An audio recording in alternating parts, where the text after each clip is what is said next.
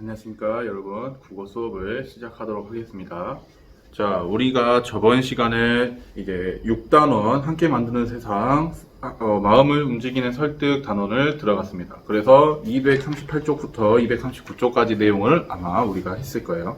혹시 안 한 반이 있다면 선생님이 이제 등교 수업할 때 다시 한번 짚어줄 테니까 걱정하지 마시고 계속 쭉쭉 들어가 주셨으면 좋겠습니다. 자, 이제 설득하는 글에 대해서 우리가 설득하는 글의 특징과 어떻게 이루어져 있는지, 또는 설득하는 글을 쓸 때 어떤 것을 고려해 가면서 글을 써야 되는지에 대해서 우리가 공부를 하는 과정에 있습니다.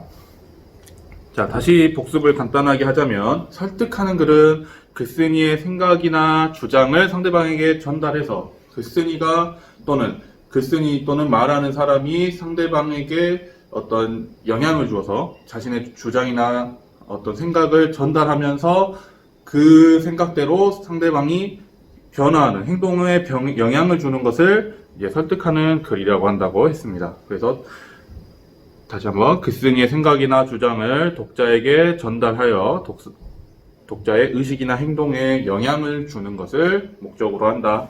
이 영향을 준다는 것은 이제 필자나 말하는 사람이 원하는 방향으로 영향을 주겠죠. 그래서 그 방향으로 상대방도 태도나 행동을 바꾸는 것, 그거를 목적으로 하는 게 설득하는 것이라고 했습니다.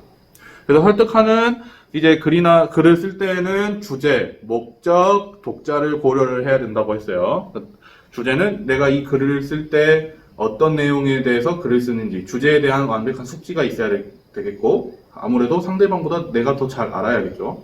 그리고 주제에 맞는 어떤 글을 쓰거나 말을 해야 되겠죠. 그 다음에 목적, 설득하는 목적, 내가 새로운 정보를 전달하는 목적으로 하는지, 설득하는 목적으로 하는지, 또는 친교 및 정서 표현을 하는 목적으로 하는지, 글을 쓰는 또는 말하는 목적에 따라서 이제 사용하는 전략이나 이런 것들이 많이 달라지기 때문에 그 목적을 잘 고려를 해서 글을 써야 된다, 또는 말을 해야 된다. 그리고 독자 또는 청자가 될 수 있겠네요. 독자나 청자의 어떤 지식 수준, 또는 이 주제에 대한 기존의 어떤 지식이 잘 갖추어져 있는 사람인지, 아니면 이 주제에 대해서 잘 모르는 사람인지, 그거에 대해서도 고려를 해야 되고, 어떤 지적 수준, 나이나 이런 거에 따라서 좀 더 지적 수준이 달라지겠죠.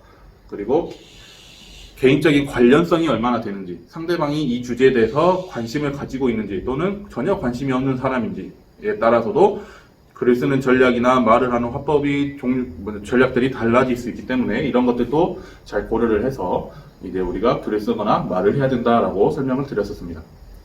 특히 이제 이번 시간에는 설득하는 글은 어떻게 이루어져 있는지에 대해서도 알아보고, 그 다음에 이런 설득하는 글을 쓰거나 설득하는 말을 할 때는 어떤 방법을 사용하면 효과적일 것인지에 대해서도 우리가 한번 알아보도록 하겠습니다.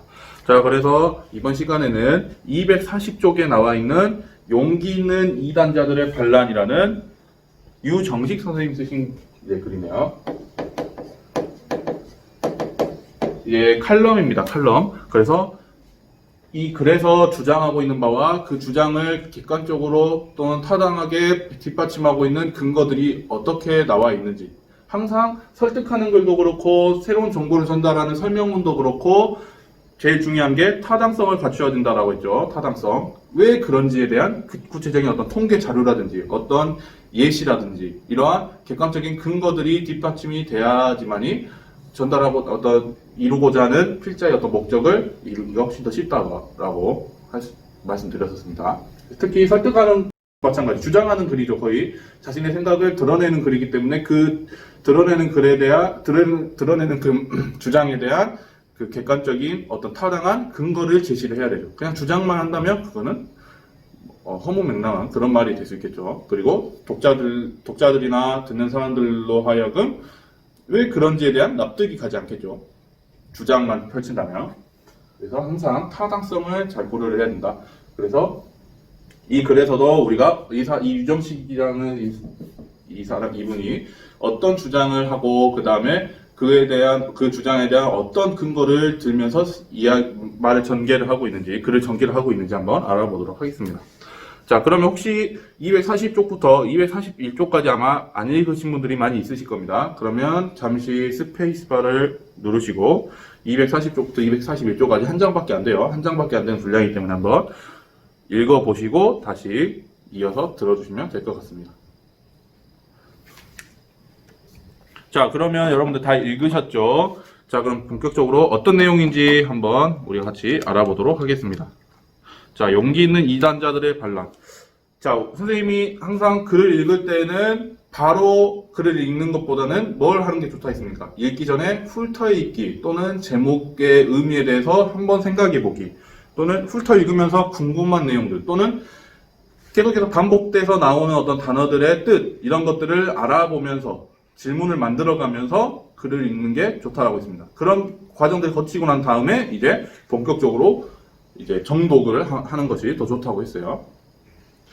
그래서 딱 보면 용기 있는 이단자들의 반란이라고 있습니다. 자, 이단자라는 단어를 보시면 약간 긍정적인 어떤 이미지, 좀 부정적인 이미지를 담고 있는 그런 단어들이죠.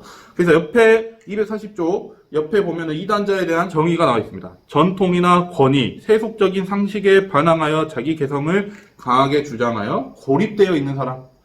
통상적으로 깔려있는 어떤 사회적인 관습, 통념에 뭔가 반항하는 사람들이라고 볼 수 있겠죠. 그래서 그러면 혼자서만 다른 소리를 하고 있기 때문에 아무래도 사회 구성원들 사이에서 약간 좀 거리를 두게 되는 그런 홀로 이렇게 고립되어 있는 사람들을 이단자라고 합니다. 그래서 종교나 뭐 이런 데서도 많이 사용하잖아요.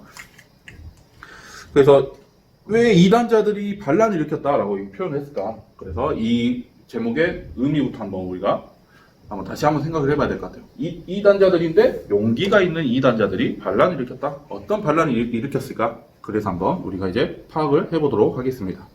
자, 이제 항상 선생님은 이런 글들 보면 문단별로 핵심 내용을 뽑아내다 보면 그게 하나의 전체 글의 핵심 내용이 된다고 했습니다. 그래서 문단별로 한번 핵심 내용을 우리가 요약을 한번 해보도록 하겠습니다.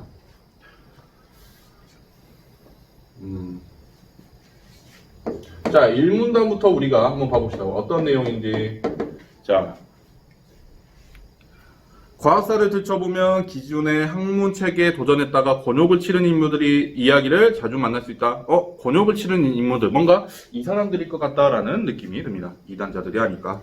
대표적인 인물이 천동설을 부정하고 지동설을 주장한 갈릴레이다. 갈릴레이. 여러분도 갈릴레이 많이 들어봤을 거예요. 그리고 갈릴레이가 주장한 그 내용 중에 지동설이 있죠. 지동설. 천동설은 뭐예요? 우리는 가만히 있고 하늘이 움직여서 뭐 밤이 되고 낮이 되고 하는 우리 인간들 중심의 어떤 사고 방식이었죠. 하늘이 움직이지 우리 땅이 움직이지 않는다. 그리고 땅은 뭐 평평한 네모여가지고 세상의 끝에 가면 뭐 낭떠러지가 있어서 뭐 떨어져서 죽는다. 뭐 이런 내용의 어떤 사고 방식을 가지고 있었죠. 옛날 사람들은. 근데 갈릴레이가 지구가 둥글다라는 어떤 그런 어떤 발견을 한 거죠. 지구가 둥글다라는 거를. 그래서 지구는 둥글고, 그 다음에 지구가 이렇게 자전을 하면서 어때요? 밤과 낮이 되는 것이지, 하늘이 움직임으로써 밤과 낮이 되는 게 아니다라는 거를 주장을 합니다. 그래서 어떻게 돼요? 신의 권위에 도전하는 이단자가 되어버렸어요. 그래서 종교계에서는 이제 세상에 끝이 있고, 떨어지면 그 끝으로 가면은 낭떠러지가 있다라는 어떤 그런 믿음을 기반으로 해가지고 어떤 종교적인 어떤 이념이나 논리를 펼치고 있었는데 이 갈릴레이라는 사람이 와가지고 그걸 완전히 완전히 흔들어 버린 거죠. 그래서 갈릴레이가 이 신의 권위에 도전한 인간자로 욕하고 목숨까지 위태로울 정도로 그렇게 많은 협박과 이런 탄압을 받았다고 합니다. 그래서 갈릴레이가 영원한 침묵을 맹세하지 않고 계속 지동설을 주장했다면 그는 단두대의 이슬로 사라졌을지도 모른다. 이게 무슨 뜻이에요? 사형돼서 처참하게 처형되었을지도 모른다라는 뜻이죠. 그러니까 갈릴레이는 침묵에서 주장하기보다는 그래서 이처럼 천동설을 믿었던 당시의 사람들에게 갈릴레이는 진리의 창시자가 아니라 그냥 이상한 헛소리하는 사람으로 그렇게 낙인이 찍혀버렸던 거죠. 그래서 불운한 이단자에 불과했다라고 하면서 1문단의 내용을 좀 요약을 해보자면 이제 갈릴레이죠. 갈릴레이에 대한 내용이 나오죠. 갈릴레이가 뭘 주장했어요? 기존의 천동설을 부정하고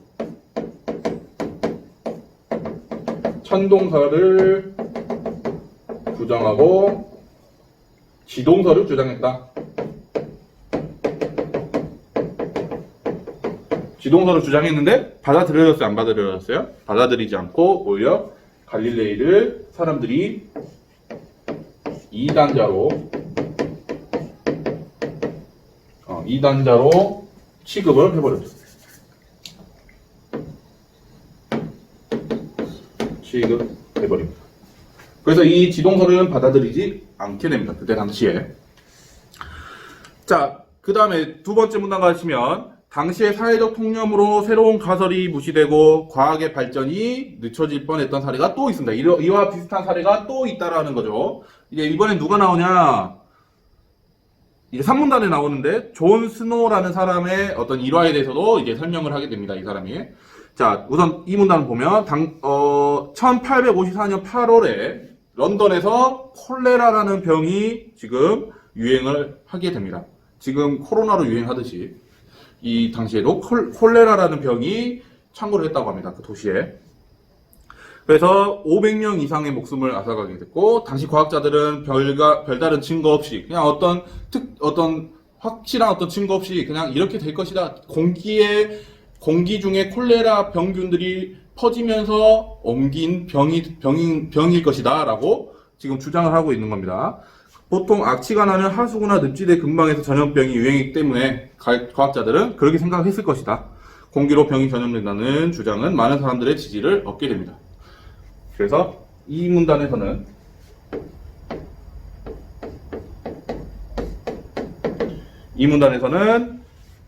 콜레라가 유행을 하죠. 콜레라가 유행을 하게 되고,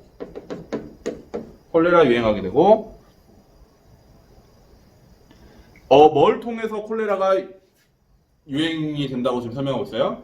공기를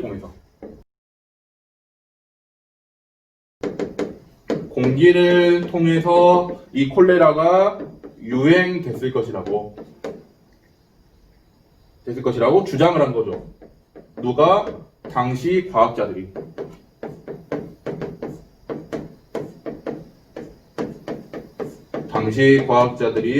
콜레라가 공기를 통해서 유행이 됐을 것이다 라고 주장을 하고 있습니다. 하지만, 자, 세 번째 문단이죠. 자, 세 번째 문단 시작할 때 선생님이 계속해서 중요하다고 하는 이제 부분이 나타납니다. 글을 읽을 때 항상 접속 부사는 항상 유념해 가면서 글을 읽으라 했어요. 그러므로, 예를 들어, 그러나, 반면에 이런 단어들이 나오면 그 뒤에 어떤 내용이 이어질지를 우리가 예상해 볼 수 있습니다. 그래서 여기 3문단 보시면 그러나라는 접속 부사가 나오네요. 그러나. 그렇다면 이 내용과 어떤 반대되는 내용이 드러나겠죠. 그래서 그러나 나왔습니다. 자, 영국의 의사 존 스노만은 예외였다. 이렇게 생각하지 않았던 것이죠. 이 사람은. 그는 대담하게도 공기가 아니라 뭐로 인해서 물이 콜레라균의 매개체라는 가설을 세우고 이를 입증하려고 했습니다. 이제 구체적인 근거를 모으려고 했어요. 연구를 통해서. 그래서 콜레라의 빈민가를 돌아다니면서 콜레라의 전염 양상을 관찰하고 발병자와 사망자의 집 위치를 조사해봤더니 최초 발병자의 집 지하에 있는 정화조, 그러니까 정화조가 이제 집에서 배출되는 어떤 오물들을 우선 모아놓는 통입니다, 통. 그래서 정화조와 브로드가 지하에 있는 상수도, 우리가 마실 물이 지나다니는 그 관을 상수도라 그래요. 그러니까 정화조와 상수도가 가까운 거리에 설치가 돼 있었던 거죠. 그럼 어떻겠어요? 정화조의 그 더러운 오물들에서 나오는 그 전염균들이 그 우리가 마실 물이 지나다니는 상수도로 이제 오염이 이제 옮겨져 갔겠죠. 그래서 상수도가 오염이 됐겠죠. 그래서 어때요? 이 근거를 가지고 이 존 스노라는 사람은 이제 최초 발명자의 집에서 장에서 나온 세균이 정화조와 토양층을 통해서 브로드가의 상수도에 유입되고, 이제 상수도가 각각 집에 연결이 돼 있겠죠. 이제 거기로 그 상수도관을 통해서 병균들이 이제 온 동네로 퍼지게 되었다라는 사실을 밝혀내게 됩니다. 그래서 무모한 듯 보였던 존 스노의 연구는 어때요? 콜레라의 전염 경로를 설명해가지고 콜레라를 예방할 수 있는 어떤 대책을 세울 수 있게 큰 공헌을 하게 됩니다. 그래서 현대의학의 연구 방법에도 큰 밑거름이 되어서 요즘에는 이제 콜레라가 그렇게 막 심각하고 막 그런 병은 아니잖아요. 이 존 스노라는 사람의 어떤 계속해서 끊임없는 연구와 이런 노력을 통해서 이뤄낸 어떤 과학적인 발전이라고 우리가 볼 수 있습니다. 그래서 만약 존 스노가 오염된 공기로 병이 전염됐다는 기존의 지배적인 통념, 이거는 맞은 내용이요, 틀린 내용이요. 그렇죠. 잘못된 내용이었죠. 잘못된 내용이었지만 그때 당시에 어떤 관습적인 통념이었습니다. 통념. 천동설과 마찬가지죠. 근데 갈릴레이는 이 천동설을 이겨내지 못했지만 이 존 스노 같은 경우는 구체적인 어떤 연구 자료와 근거를 통해서 이 관습적인 통념을 뒤바꾼 사례가 되겠죠. 그래서 그거를 과학계에서도 받아들여져서 과학계의 어떤 그 발전을 이룩하게 되는 그런 결과를 낳게 됩니다. 그래서 세 번째 문단에서는 기존의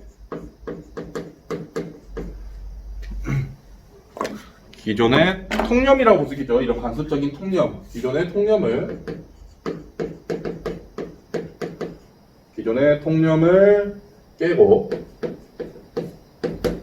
깨고 새로운 전염 경로를 설명합니다. 존 스노가. 기존 통념은 이 공기를 통해서 유입된다는 거죠. 그리고 새로운 전염 경로는 이제 뭐겠어요? 물을 통해서. 새로운 전염 경로는 이제 이 콜레라가 물을 통해서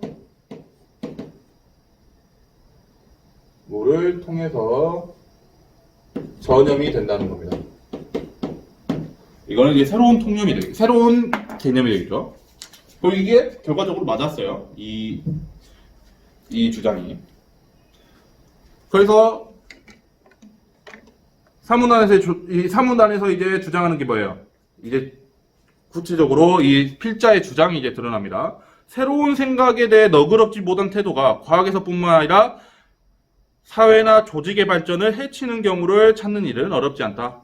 지배적인 어떤 기존 관습, 맞지 않는 관습 때문에 어떤 발전을 하지 못하고 어떤 사회적 조직이나 이런 데가 발전을 하지 못하고 이 관습적 통념에 사로잡혀 있어서 도태되어 있는 그런 경우가 많이 있다는 것이죠.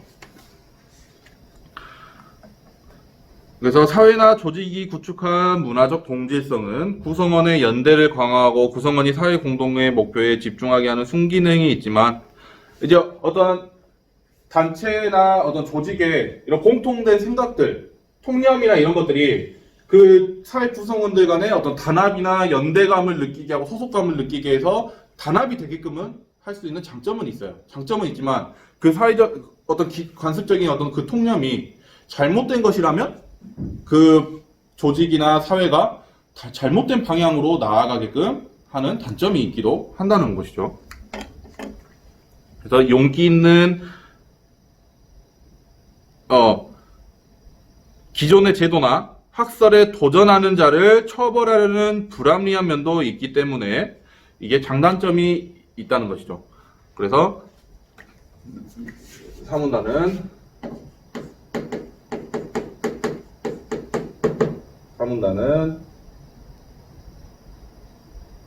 과학뿐만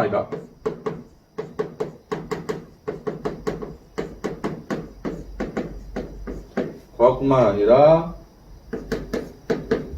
다양한 과학 분야뿐만 아니라 다양한 사회 조직에서도 새로운 생각에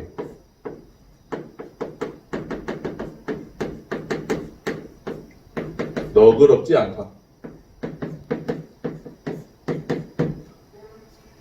이는 발전을 저해시키는 요소로 작용할 수 있다라는 것이죠. 새로운 생각이 너그럽지 않다. 다시 말해서 어떤 이러한 다양한 이러한 것들을 받아들이지 않는다는 거죠. 지동설이나 이 존스노의 이런 새로운 전환 경로에 대한 주장을 받아들이지 않는다면 발전할 수 없다. 그죠?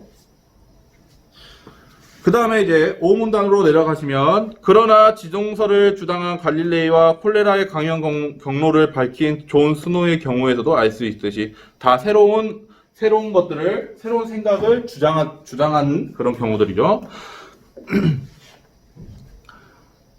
과학의 도약은 대개 이단적 발상을 통해서 이루어졌다. 다른 사람들이 생각해내지 못했던 것들을 생각한 사람들의 것으로 인해서 이런 주장들로 인해서 과학은 발전해 왔습니다. 또한 조직과 사회도 마찬가지, 과학 분야뿐만 아니라 조직과 사회도 마찬가지예요. 사회 혁신의 동력은 기존의 권위에 도전하는 충심 어린 이단자들로부터 나온다라는 것을 기억해야 된다. 그래서 충심 어린 이단자들이라고 표현한 건 무슨 뜻이에요? 이 새로운 어떤 기존의 권위에 도전하는 그런 새로운 생각을 드러내는 것은 좀 나쁜 생각을 가지고, 나쁜 마음을 가지고 이 사회를 망하게 하기 위해서, 발전을 막기 위해서 하는 것들이 아니잖아요. 이 사회의 발전을 위해서, 그렇죠? 이 사회 발전을 위해서 도전하는 것이기 때문에, 사회 발전을 위한 저항이기 때문에 충심어리다라는 표현을 쓴 겁니다. 그래서 충심어린 이단자들로부터 나온다라는 것을 기억해야 된다. 바로 이 사람들이 바로 이단자들이었던 거죠. 그래서 이 이단자들, 이 제목에서 말한 이단자들은 어떤 사람들이에요? 새로운 생각이나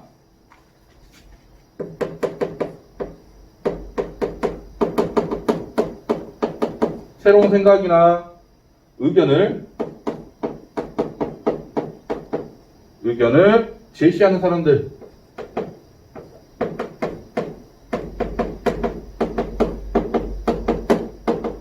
바로 갈릴레이와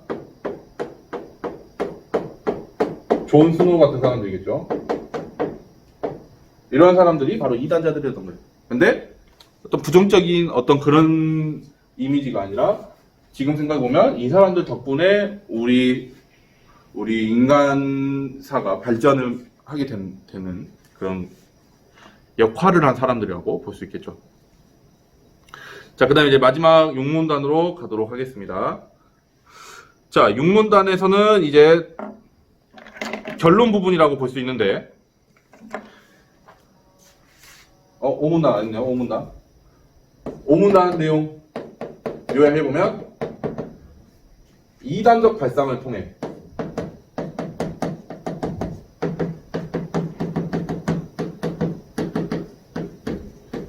이런 새로운 생각을 나타내는 이단적 발상을 통해 과학의 발전이 이루어졌다. 그런 내용을 지금 담고 있죠. 그러니까 이런 새로운 어떤 주장이나 이런 것들을 받아들이려는 그런 노력이 필요하다. 그 다음에 6문단은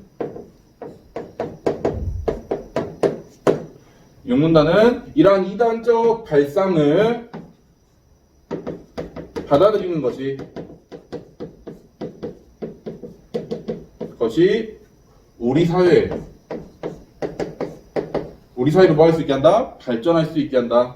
우리 사회의 성장 또는 발전의 동력이 될 수 있다. 이 정도로 요약을 할 수 있겠네요.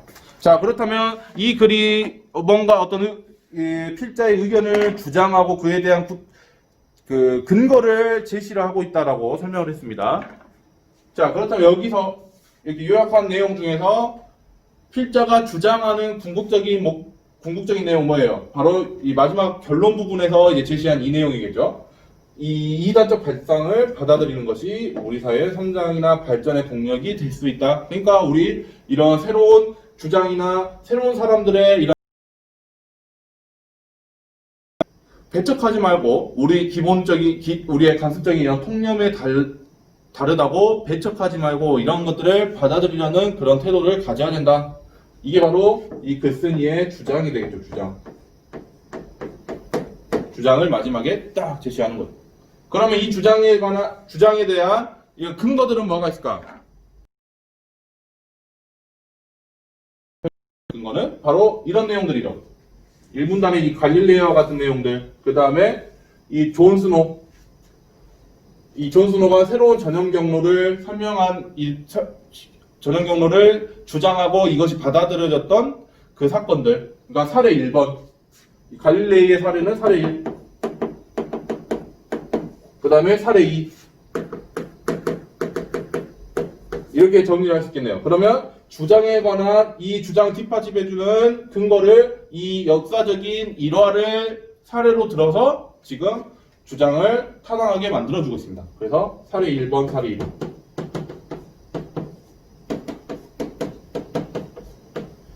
이게 바로 근거가 되겠네요. 이 주장의 근거. 이러이러한 사건들을 제시함으로써 이걸 통해서 우리가 이런 것들을 해야 됨을 배운 것이다. 라고 이렇게 주장과 이 각각의 사례에 따른 근거를 들어서 주장을 뒷받침하고 있습니다.